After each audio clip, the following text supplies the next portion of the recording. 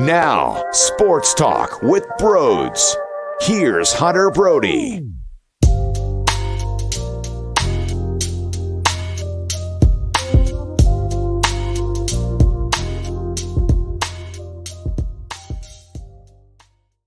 Oh, pinch me!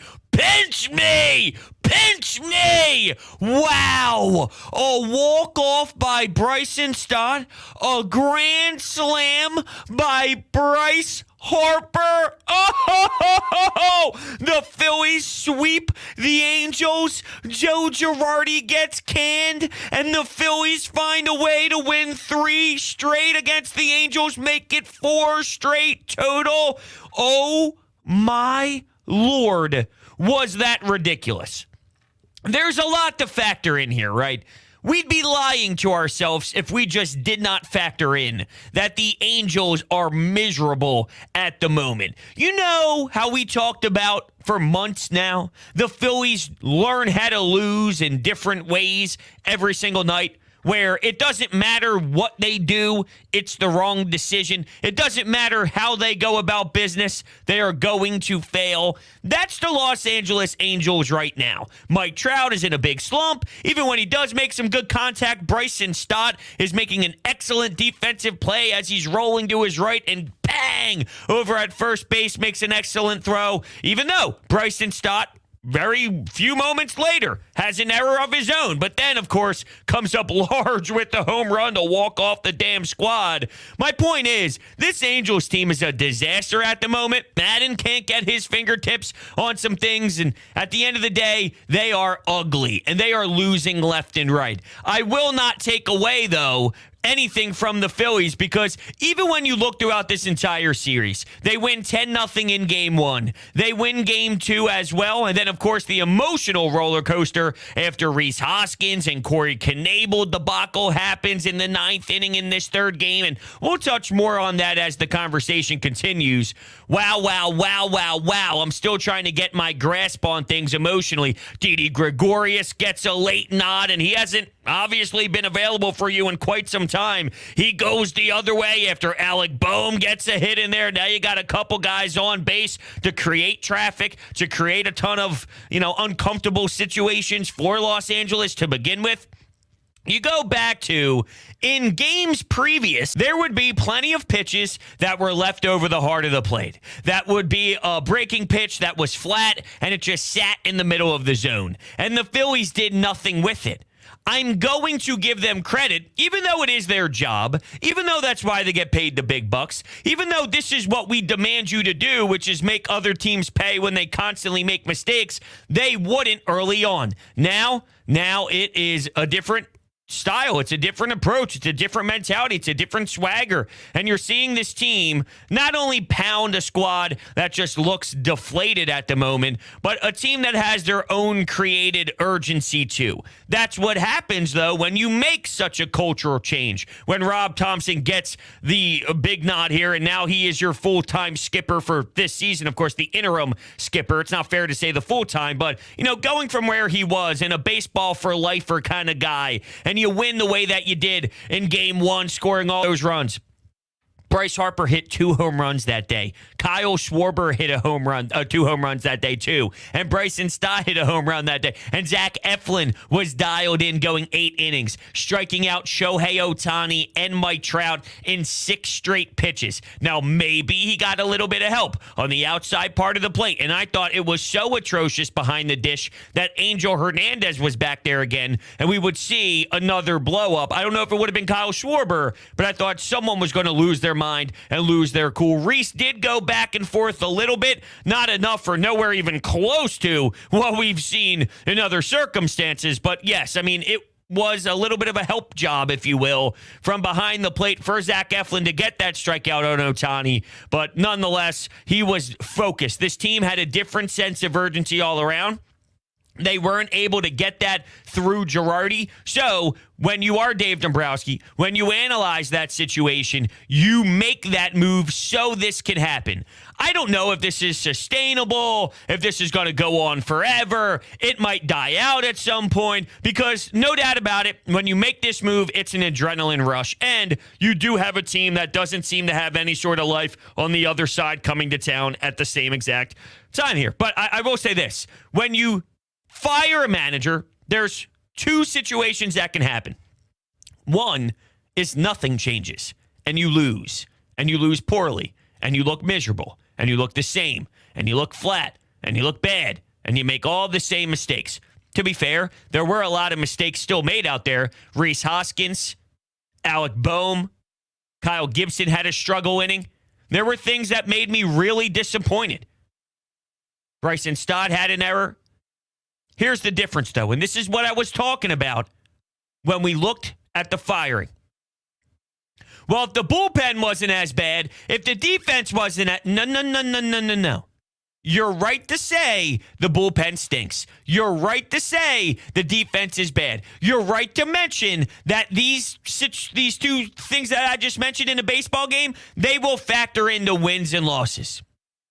But the way that this team was constructed, if Schwarber gets going, if JT gets going, if Castellanos gets going, if Rhys gets going, if guys become available again like Didi, who can give you more depth, that's another piece to the puzzle. With Gene Segura out, which stings, but, you have guys stepping up, whether it's Maton, even though he got himself injured. The depth of this team was something that was very important, too. Not just the top end, not just the 2, 3, 4, 5 hitters, but it was the fact that you could grind pitchers. You can get to the bullpen. You can, in game 1, maybe force them to go to the pen early. Now game 2 and game 3 is impacted by the way that they grind you down and force you to throw 90 pitches through 5 innings or something along that nature. That was very important. But once these guys start to shine, because the way this team was constructed is they were the personality.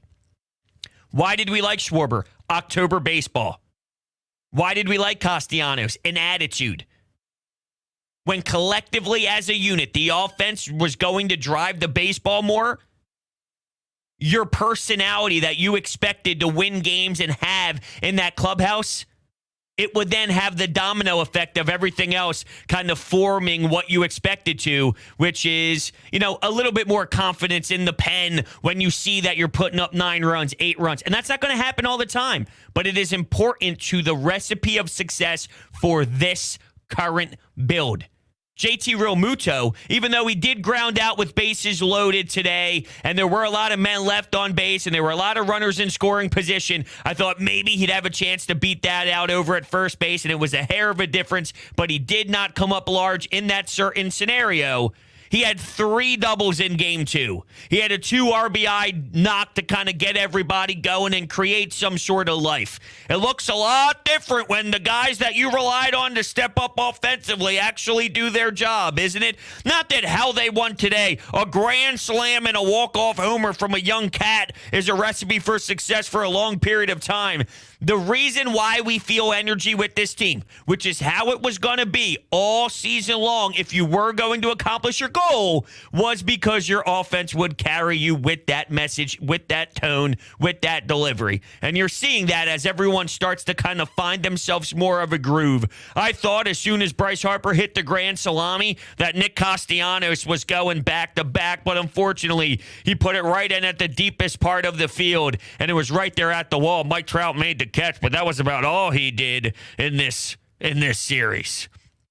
Rob Thomson, baby. The Rob Thomson era is officially here.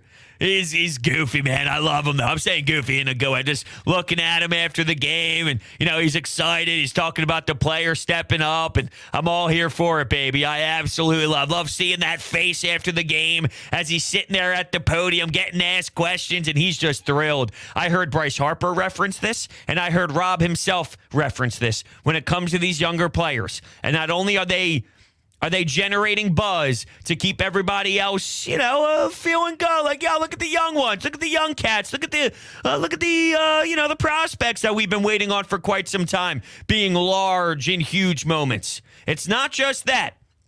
but it's the fact on how often you're playing them, sticking with them through the thick and thin, and believing in them and saying, it's your time. I was asked this question as soon as the lineup came out. Knowing Didi Gregorius was here, if Joe Girardi was still the manager, would he have been placed in the lineup over Bryson Stott? Now, eventually, he needed to get his number called because Camargo had a little bit of a situation with his leg there when he was running. And look, the Angels, 8th inning, ground balls, the ball's going into right field. Now you got first and third. Rhys Hoskins up at the plate. Maybe something can happen. He's swinging at something ugly. Oh, man, that was such an ugly at-bat from Rhys Hoskins, and he's so damn lost. You think of his arbitration, you think of a Scott Boras Klein, and you think about how poorly he's been playing in the field and at the plate. I'm sure the Phillies' time is ticking on the whole Rhys Hoskins experience. I would not be surprised if Dave Dombrowski is monitoring any sort of situation, if you understand my drift here. I'm so mad at him for that ninth. Everyone's freaking out about Corey Knebel. It shouldn't even been there. Shouldn't have even been there. Shouldn't have even happened. And I'm not an anti-Didi guy whatsoever, but I even thought the throw down the second base that got by Didi Gregorius, that play should have been made where, I get it, Corey Knebel is struggling. Definitely not the smoothest Corey Knebel we've seen. If you want to try Sir Anthony Dominguez, who did get an opportunity this series to pitch, and he was throwing 99. He got a couple strikeouts there. 99 was great. He threw 102, 100 also, that is, not 102, but 100 also.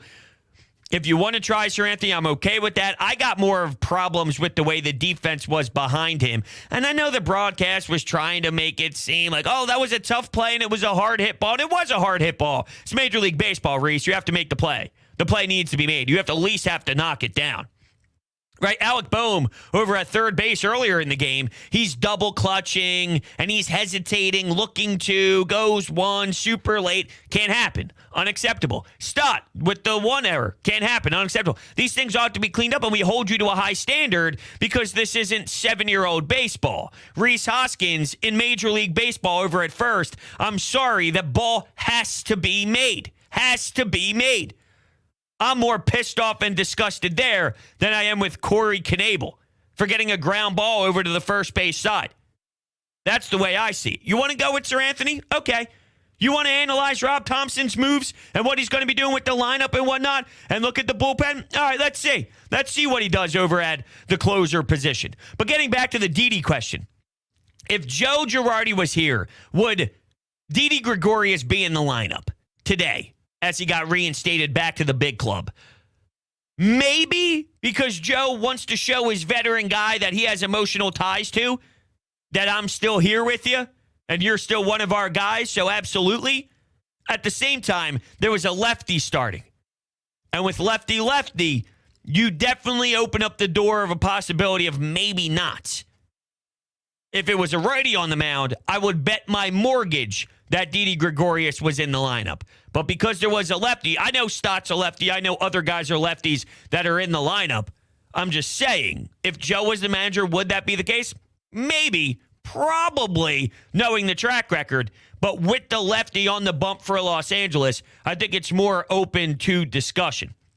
But the Didi at-bat late, awesome. Alec Bohm at-bat late, awesome. Just talking about what happened in the previous game, game 2, where he's throwing his bat and he's slicing his neck and he's bleeding over his neck and whatnot. I'll say this about Bohm.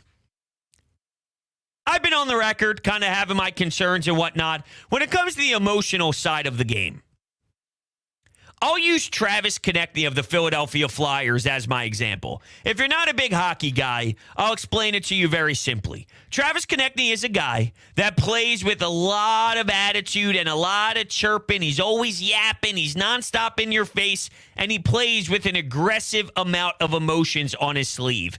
And it works when he's scoring a ton of goals and he's thriving and he's making nice passes. The power play gets going. Whenever the team's winning, he's on the bench bench, always getting in the face of the other team, and it benefits your baseball squad because the rest of the team, it gets soaked in, right? His nonsense and his obnoxiousness, it soaks into the rest of the team where it does somewhat resonate with everybody else, and it motivates the rest of the team to bounce off of what Travis Konechny is doing. With that said, when the team's losing and when he's still doing that and he's taking dumb penalties and you could tell that he's frustrated, it does the complete opposite. It affects the team where it rubs off on everybody else and it's annoying and there's a bad side to it. So you take the good with the bad. With Alec Bohm, he's very easily emotional, and I like that he cares. I like passion in my players. I would like to see them show that this means the world to them. With that said, I think that there's an immaturity in the emotional department. He responded with 3 hits today. He also had a 400-foot fly out after this situation played out in Game 2. I'm fully aware of that. But tying it back to Travis Konechny, when it's bad, it's bad. I never see him use the emotion that benefits the team the way Travis Konechny does when things are rolling good. Now, maybe the answer is, Broads, there really hasn't been that many good moments. There really hasn't been that many times this season for it to benefit this team because, well, the team's flat or the bullpen's bad or the offense wasn't clicking at all. So if he gets on base and nobody else can do the job behind him, what is he supposed to do? It's individualized. When the person behind him in the batting order is in the batter's box, there's only so much he can control. I'm not against that theory, and I'm not misunderstanding that at all. I'm just saying he is very quick to being emotional when things are happening sour and when things are going wrong. I would like for him to almost have that same flip towards the other direction where let that 3 hit somehow get the team. But this goes back to singles. The hits aren't loud. Important, not loud. A double in the gap. A big-time home run. Maybe the reason why it doesn't happen is because it's a lot of singles throughout. And it's not powerful, lethal hits that can create that sort of buzz looking in the dugout afterwards, where he slides headfirst to second base, and he gets up and he pumps up the dugout and pumps up the crowd. That stuff just doesn't happen because he's not roping doubles consistently, not roping double extra base hits and things of that nature. But anyway, the team's rolling. That's just my Alec Bohm thought and my Alec Bohm discussion now that we kind of seen him show that side of him in the dugout, and he responded, which it seems whenever those bad moments occur, whenever those things do happen and get caught on camera, so far the adversity has been matched and there has been noise afterwards, which I do appreciate. Just something I'm noticing from a distance here as I study and try and find out who exactly Alec Bohm is from a distance, as I think we all are. But seriously, you think about this game, and it just had a feel to me when I was watching that they're going to do this. They got down 5-0. Then it becomes 5-2, and they're still flirting around the ball game. You could talk about being a little bit disappointed in the fact that they left guys on base and there were runners in scoring position. Please get the knock. Please get that timely hit. But there was just something that was smelling like the Phillies have this extra surge. And I do believe that a part of that was the fact that I knew what team they were playing. If they're playing the Dodgers, do I feel that way? Probably not. And we talked about the schedule a billion times so far. Things would easy up. Things would open up. Well, when you play a team like the Angels, where they're at right now in the season, timing is everything. If you see the Phillies now compared to seeing the Phillies 3 weeks ago, you're seeing a different Phillies team. If you're seeing the Angels in a different part of the season, and you see the Angels now, you're seeing 2 different Angels teams. But you take advantage of your schedule as things open up a little bit, and they did that. Now, I put up a Twitter poll today when I was hosting on The Fanatic in the afternoon. In the small sample size since Girardi's firing, the Phillies look like a totally different team. Who deserves the most praise? 36% said the players, 19% said Rob Thomson's energy, and 45% says nobody deserves any sort of recognition and the Angels just stink. I can't go to that extreme. I'm sorry. when you win the way that you win today, that excitement and that rush and that fight back and the way that they crawled into this thing and they stole it, that deserves praise. It does. It deserves praise. We don't like that you are there to begin with. We prefer you to be winning the whole time. We don't want you to have to battle back. But when you roll off a handful of wins, and we are going to need this team to win 8 of 10, to win 11 of 13. That's what's going to have to happen for the Phillies to reach that 86 win game mark, right? So to do that, you won't be leading every game, every team 10-0 and win 7-2 and have Camargo have 4 RBI and Zach Wheeler to go 6 innings, 9 Ks. Because guess what? Zach Wheeler won't pitch every single night. So you're going to have a Gibson in a struggling 5th inning. You're going to have a Ranger Suarez and some other names that are having some difficult times figuring out their stuff. That's inevitable. So you'll need comeback wins. You'll need epic moments. And no surprise, ding, ding, ding, Bryce Harper is the one, once again, to have it. And it's special when it's him. It's special when he's running around the bases, fist pumping, screaming, when they had the close-up of him coming around home plate and he's celebrating with his teammates and he's doing the handshakes and he's in the dugout and he's screaming, he's cursing, all of it. It's just A+. It's just fantastic. This dude is something else. He's doing it with one elbow. He's doing it with a UCL tear. He's doing it not even healthy. Make it make sense. 2 bombs in the first game of this series. A grand salami now. And credit to Tom McCarthy. Because when these big moments happen, the dude does a phenomenal job. The dude does a phenomenal job. Kruk always throws in his 2 cents, of course. But Tom McCarthy can live up to the hype with the big Bryce Harper spot, with the big home run. Think of the pitching matchup. It smelled like something was there, didn't it? You think of the pitching matchup, you think of Bryce, you think of the count. And with Stott, I don't know what was going on there with the pitch selection. Whew. Whew. What a fun day. What a fun day. And let's see if they continue. One last thing before we get to the phones. Off day Thursday, off day Monday. So they had an off day this previous Thursday, and they have an off day tomorrow. For them to have a bit of a breather, hit the reset button, hit the regroup button, that matters too for the life that we saw today. The fresh legs, the fresh mind, the fresh body a bit. Couple off days in between a series. That goes a long way when you're playing all these games nonstop. And there's a lot of drama. There's a lot of toxic feelings, unsettling feelings when you're in the clubhouse. They didn't like Joe Girardi by the end of it. I thought that was pretty clear. Whether it was managing the bullpen, whether it was the toughness of it and the relationship with the players, it just didn't feel like he had his grasp on the guys. When things get tight like that and everyone's holding the bat super tight, I heard Jim Salisbury utilize this word when it comes to the approach of these players now under Rob compared to Joe Girardi, and it's loose. Keep it loose. Everyone wanted someone, you got to get someone who's going to force these guys to play with heart and all. No. Be you. Bryson, be you. So what you're going to make an error? So what you're going to strike out? So what there's going to be a hanging pitch that you want to drive that you foul back instead? Or whatever the case is. Be Bryson Stott. Don't worry about having to do too much. Don't worry about needing home runs. Be Bryson Stott. And then organically, these home runs are coming. Hey, Schwarber, it's June, baby. Be Kyle Schwarber in June. What's that? Home run. Home run. Off the wall. Gets things going. Leadoff spot. More production. Teams winning. Wow. Look at how things happen. So it's more of the loose approach.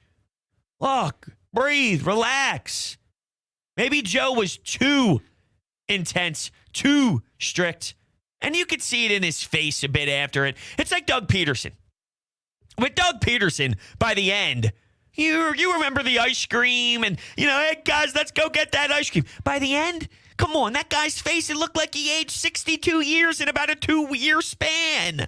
You could tell it was weighing on his shoulders. The Joe Girardi we were getting by the end, he could feel the pressure. He could hear the noise. He knew things were coming down to the wire if there was no winning involved. And when you're on that type of stage and you're in that type of spot, it's a lot harder to throw out Bryson Stott when errors are going to happen, or it's a lot harder with Mickey Money. I'm just saying, think about him, right? His job's on the line.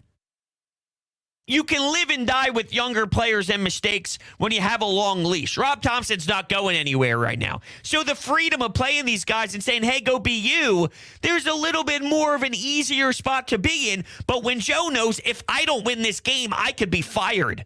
I might have to put in someone who at least has more experience and take my percentage there. I don't like the way he handled young players. So I'm not giving him the benefit of the doubt at all, because if you played Stott early on the way that we would like to. But at the same time, and this is another thing I heard Jim Salisbury say, it's easy when they produce to keep them in. What happens when they go through 2 weeks of not hitting? If Mickey Moniak goes to a week and a half of continued strikeouts, if Bryson Stott, dips back to where he once was during those tough moments where he's hitting 156. Are we going to be congratulating Rob Thomson when it's not the Angels and Bryson Stott is clearly through a 4 or 5 game span and you're still throwing him out there? Or will there be some, yo, Rob, what are you doing? You got to play Didi. You got to play Camargo. You got to do this. Look, it's baseball. Guys are going to go through their highs. They're going to go through their lows. Bryson Stott's on a high. I'm just giving you what happens throughout a season with everyone. Alec Bohm, he had a high today. During the last week and a half, he went through a very low. Bryce Harper, there's times where he's hitting grand slams and 2 home runs in a day opposite field. Then there's times where he's going 0 for 4 and he's trying a little bit too hard and he's pressing with his swings. These are all real. This is how it happens. So it's inevitably going to occur as we study who this new manager is. These are the type of things that I'm trying to learn about the guy.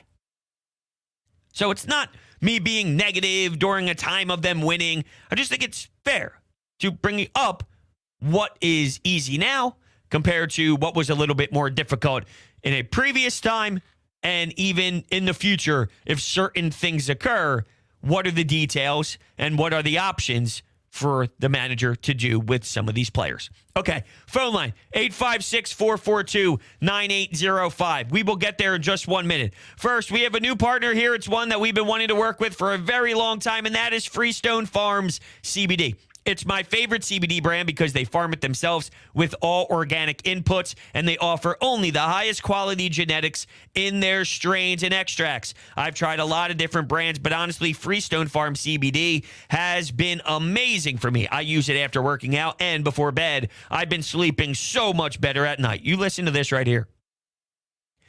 Just check out their tropical tasting Bayox that clocks in at 24.1% CBD. All their premium hemp flower is grown on their Garden State farm with all organic inputs and IPM. You can use promo code BROADS 20% off for using promo code BROADS at checkout at FreestoneFarmCBD.com. The link is down below in the description. Check it out. With that, 856-442-9805. We will open up the phone lines and bring in our first caller of the night. Hello. Welcome on to the show. Hello? Hello. Hi. So my I still don't fully. I want to really be hyped about this, them winning, but I still need them to prove it to me. Well, sure. Because we did this when they swept the Rockies, when they had the good road trip with the Dodgers and the Mariners. I know it's we appreciate a win. I just hope the Phillies fans of the world don't immediately just say oh my God, this is gonna change everything. Everything's gonna be great now. No, and I don't think that's the case. Thank you for the call. I don't think that that's the case. It's just right now to win the way that you did, I don't want to be mad about it. I don't want to sit here and go, let's just poo-poo it. Who cares? Of course they still have to show us a lot. Of course they have to bring more to the table for us, and they have to win some of these games. You got Milwaukee. Let's look through a little bit of what they have on the upcoming schedule for their matchups. They have an off day tomorrow on Monday. They are going to Milwaukee to play the Brewers. And then from there, let me load this up a little bit. They host the Arizona Diamondbacks. They host the Miami Marlins, which is always a little bit of a sticky spot for them. They have the Washington Nationals. They have the Texas Rangers. There are series for them to win, and I demand them to win these series and show us some more if they are really going to turn the page and be what we anticipated them to be. I don't know if they're this all the time, and quite frankly, I know that they're not this all the time. So, they won 10-0. They won 7-2. They had an epic comeback. They're not going to do this all the time. They're not going to be as disgusting as their offense was earlier this season. They're somewhere in between. Is somewhere in between good enough? I don't have the answer to that question. That's what we are going to find out. Is whatever the in-between is that going to be capable of driving this team into a playoff spot when we enter September, when we think about the season ending, when there's a couple series left on your schedule, and we look at the possibility of sneaking in or competing with some other teams that are fighting for a final wild card spot, is somewhere in between this and the slop that Joe Girardi did with the managerial decisions of the bullpen.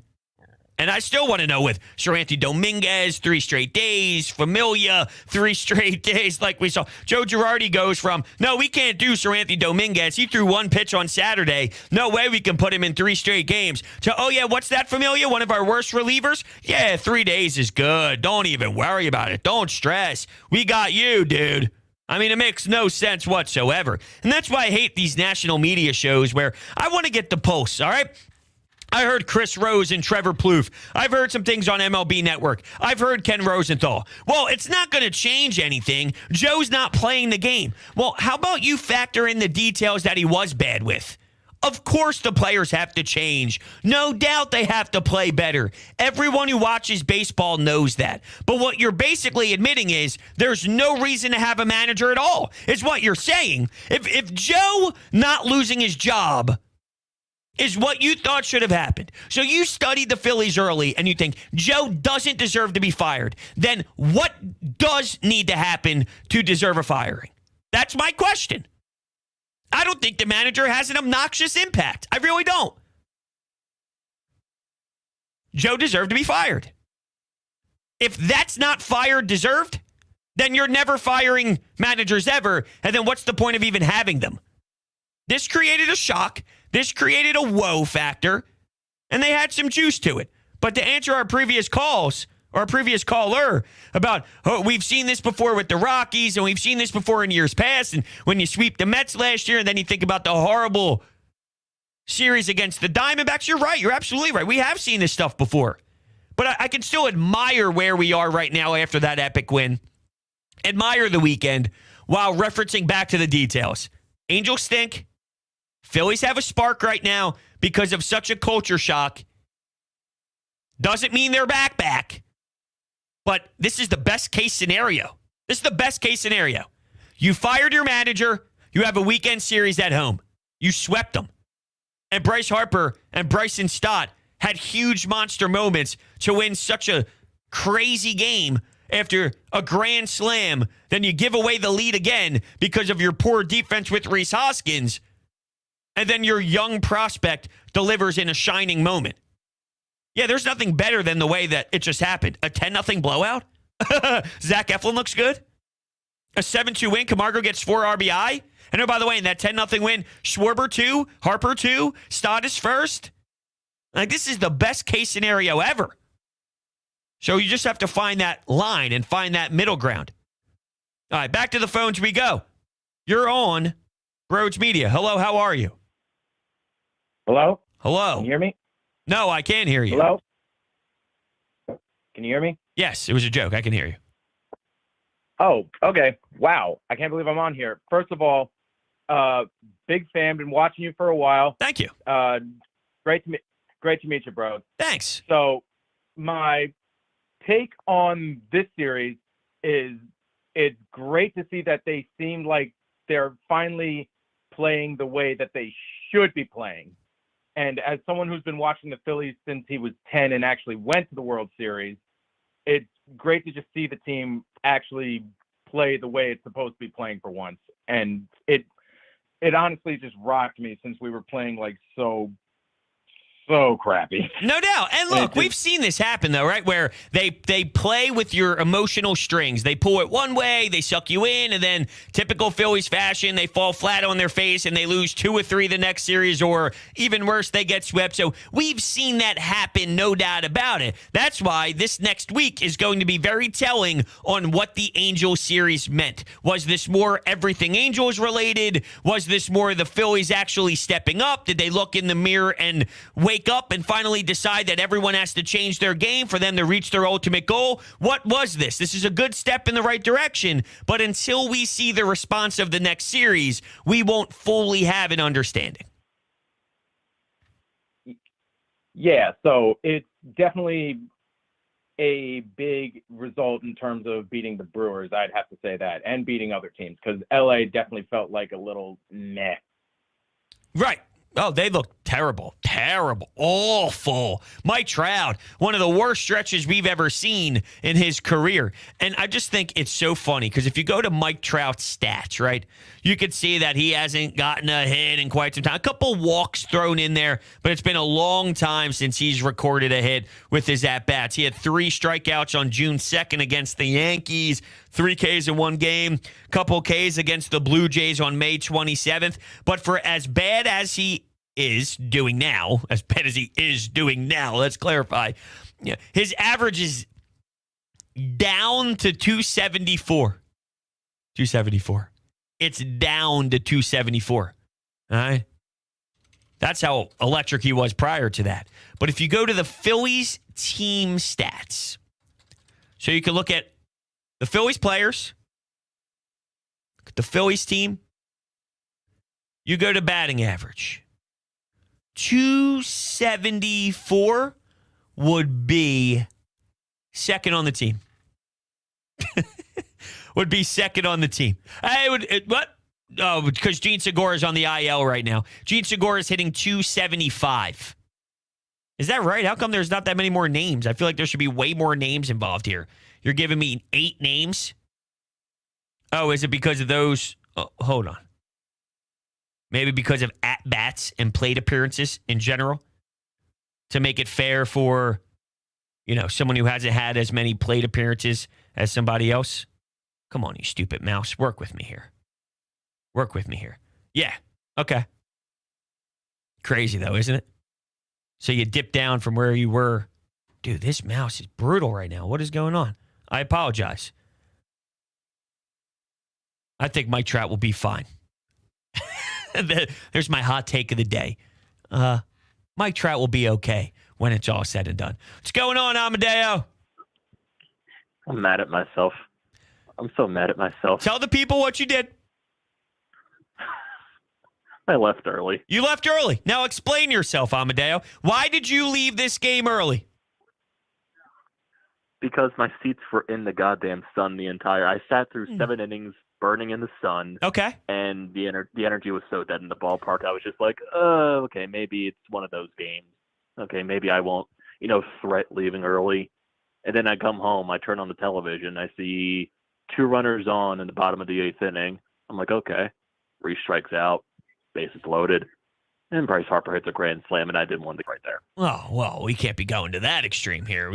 That's too far. But I will say this. With your situation of sitting there and contemplating at the 7th inning mark, you made it that far in what's a couple more innings? That's where I need to question your mental makeup. You know, you made it through pretty much the whole game at that point. Just grind it out and then leave. I would never do such a. There would never be a time in my life where I would leave something so early and then something so large would happen and then I would kick myself afterwards. That would never happen in my life. Honestly, there's no excuse. Honestly, maybe though, if you think about it this way, Amadeo leaving the ballpark was what sparked the Phillies win. Okay, maybe. I set you up though, Amadeo, on a tee. I put it right on a tee for you, and you completely whiffed. So not only did you leave the game early, you know that I left the Stadium Series game when Claude Giroux scored the overtime game winner against the Penguins at the Link, and I decided to leave early because it was raining, and I heard the game-winning goal on the radio leaving the stadium and driving over the Walt Whitman Bridge. So I was being sarcastic. I did that, and I know that you knew I did that, so I said it with a very sarcastic tone. You're now 0 for 2 on the day. And that's a tough spot to be in. You're Mike Trout. You're struggling. You're in a slump. Ooh, shame on you. Jimmy, I hope you do better than Amadeo today. Oh, man. I just got to say right now that I am exhausted, but it's a good exhaustion. It's a good coming home after a long game and driving 45 minutes after a win as opposed to a loss. And what a win it was, and what a series win it was. I mean, Bryce Harper, what can I say? I mean, this guy, he's worth every penny and then probably an extra $3 or $4 million based on how good he's playing. Bryson Stott, I mean, biggest moment in his young career. I mean, Rhys Hoskins is pretty damn useless. I mean, he can't hit with runners in scoring position. I still think he's better than he's playing right now. And I know that's hard to see and whatnot, but I mean, I've seen him at his best and I've seen him at his worst. And just like I was saying with the Phillies, right? This is phenomenal. We've seen them play bad. They're somewhere in the middle. This is Rhys playing really bad. We've seen him play really good, and he's somewhere in the middle. I just think right now he's absolutely lost, and he's in a big time funk. I don't think he's as atrocious as everybody is saying, but it's been a long time of him being this somewhat, almost just a, I don't know, I hate to say invisible, but he's been more invisible than not this year. So it's been a long period of time. It's justifiable to rip him. I just don't think that this is who he is for his entire career. I just think he's going through a really horrible spot right now. Yeah, we just all, as a team, we need him to play better. We need him to hit better in big spots. I look at Pete Alonso in the Mets. And Pete Alonso is basically just a better version of Rhys Hoskins. They play the same exact way, but he's a better hitter. He hits with runners in scoring position. He hits more home runs. Yeah, I mean, Pete Alonso's better than him. Yeah, and he's a much better fielder. I mean, like Pete Alonso, he fields that ground ball in the top of the ninth, like at least 9 out of 10 times. Yeah, I mean, I think at that point you're just comparing first baseman.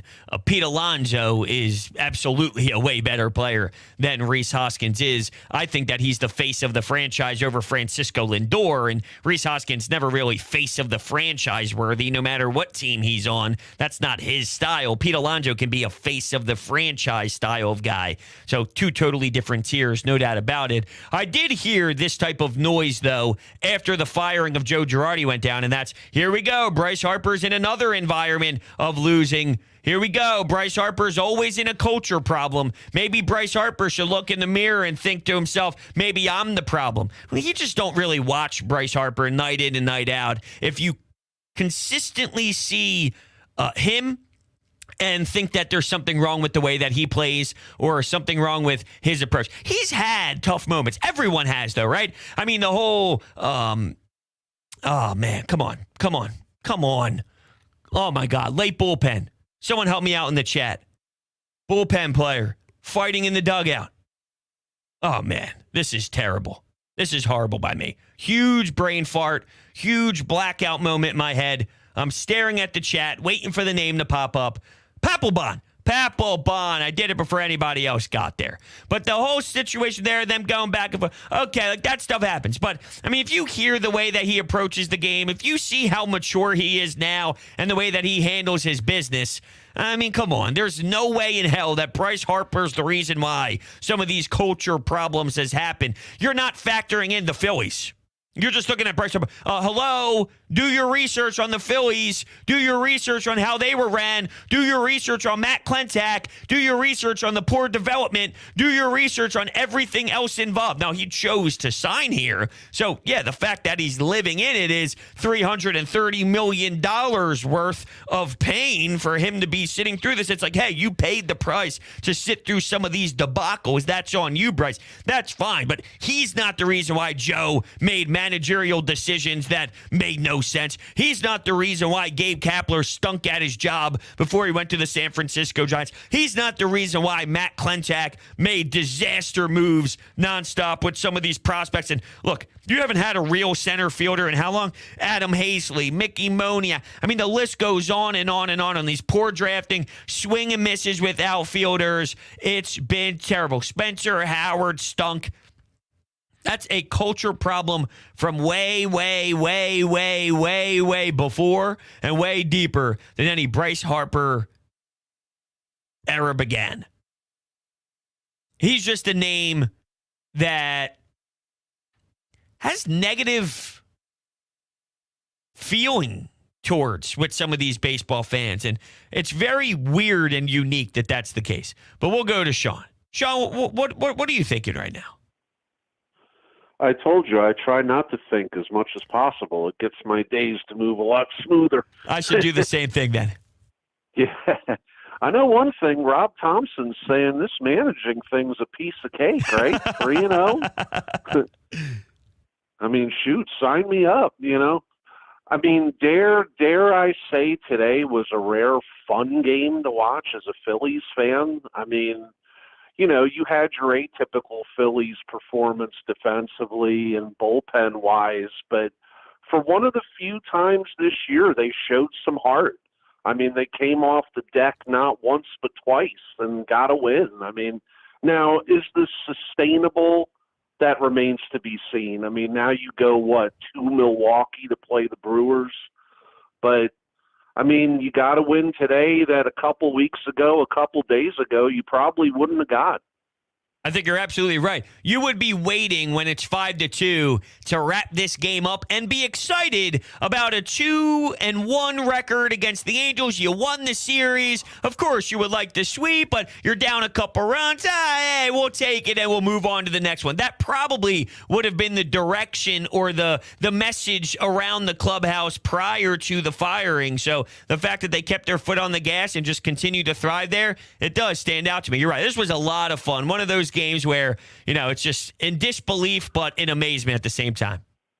Well, I have a rule of thumb. When Urus Familia comes in the game, I'm grabbing the remote and switching channels as quickly as I can because I know that something bad is bound to happen, and it did once again. But, yeah, I mean, you know, again, I know what they are defensively, but it was good that offensively you saw the young players today, the Alec Bohms, the Bryson Stotts. I mean, huge at bat for the kid. I mean, Kruk said it before the homer on the two-strike pitch that got him to 2 strikes. He took a huge cut, and Kruk told him, you know, cut the swing down. You got to put the ball in play here. And he did it, and he one-handed it over the wall and got it done. I mean, kudos to him. Amazing. Amazing. Thanks, Sean. I greatly appreciate it. It's fun.